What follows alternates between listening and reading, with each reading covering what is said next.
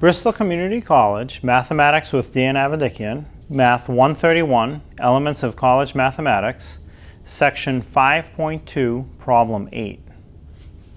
This is Section 5.2, Problem 8. It says now Bill and Sue are living in their house and they just had a baby. They want to have $200,000 18 years from now for the baby to go to college. How much money do they have to save every month at 12% compounded monthly? So this is a sinking fund problem. Again, it's sinking fund because you know the goal at the end, the $200,000 for this problem, and you want to calculate how much they have to save on a regular basis, in this case every month.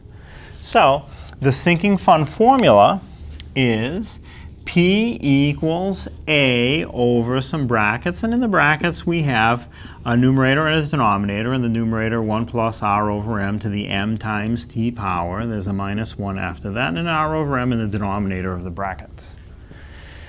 So we fill that in.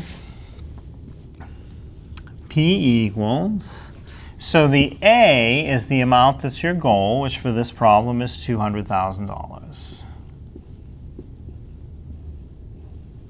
And in the brackets under the $200,000, we will have, in parentheses, 1 plus r over m. So 1 plus the r, the rate as a decimal for this problem, 12% is 0.12 for the r.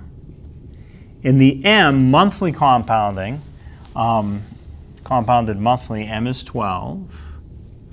And then I close the parentheses. The parentheses have an exponent of m times t.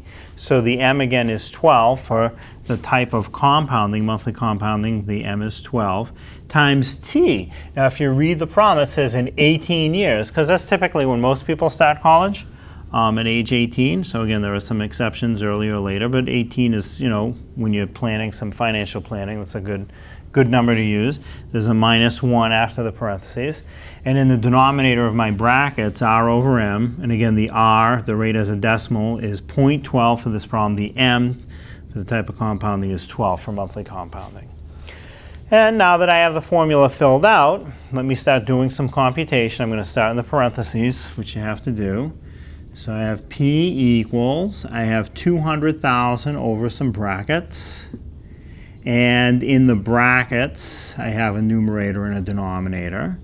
In the numerator of the brackets, I have 1 plus 0.12 over 12. So again, the 0.12 over 12 I know is 0.01. It comes up often enough I just remember it.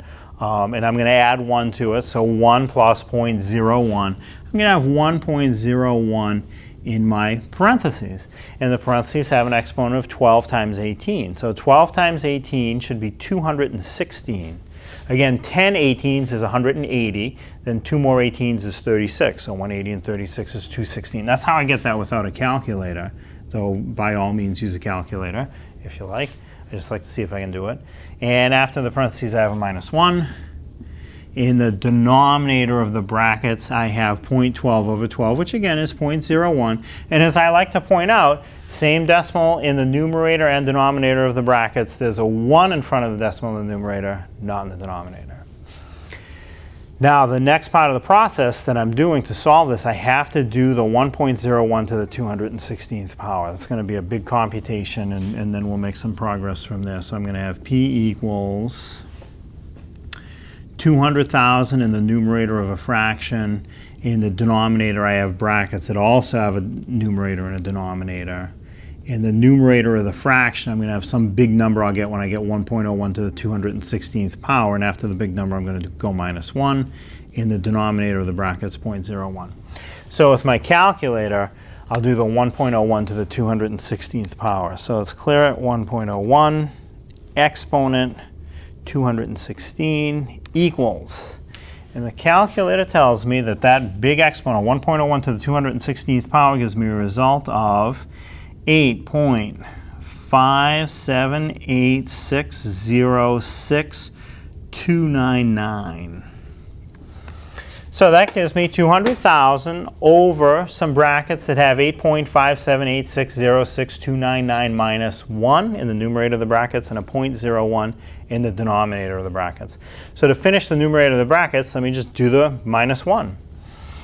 And I'll have 200,000 in the numerator of a fraction, and below that I'll have some brackets with 7.5786062299 in the numerator of the brackets and 0.01 in the denominator of the brackets.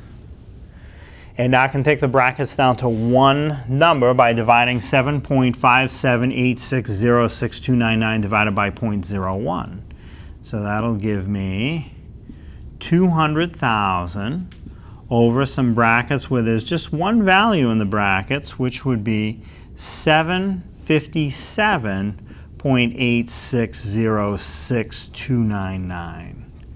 And then to finish the problem off, I'm going to do 200,000 divided by 757.86062299. And like the others, you can certainly just clear the calculator and re-enter that number. But if you've been doing it on your calculator and it's on the screen of your calculator, just put it in memory first, then clear it. So you can do 200,000 divided by recall memory, which is the way I like to do it. So let me use my memory trick and see what I get.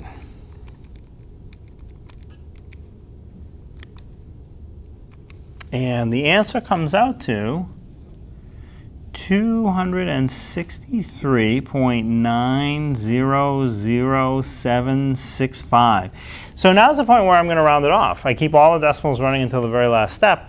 And this is $263 and basically 90 cents. The 90, the next one out is another 0. It's not enough to make it 91 cents. So it drops off at 90 cents. So the final answer will be $263.90. So if this couple saves $263.90 every month for the next 18 years at 12% compounded monthly, they'll reach their goal of having $200,000 for their child to go to college.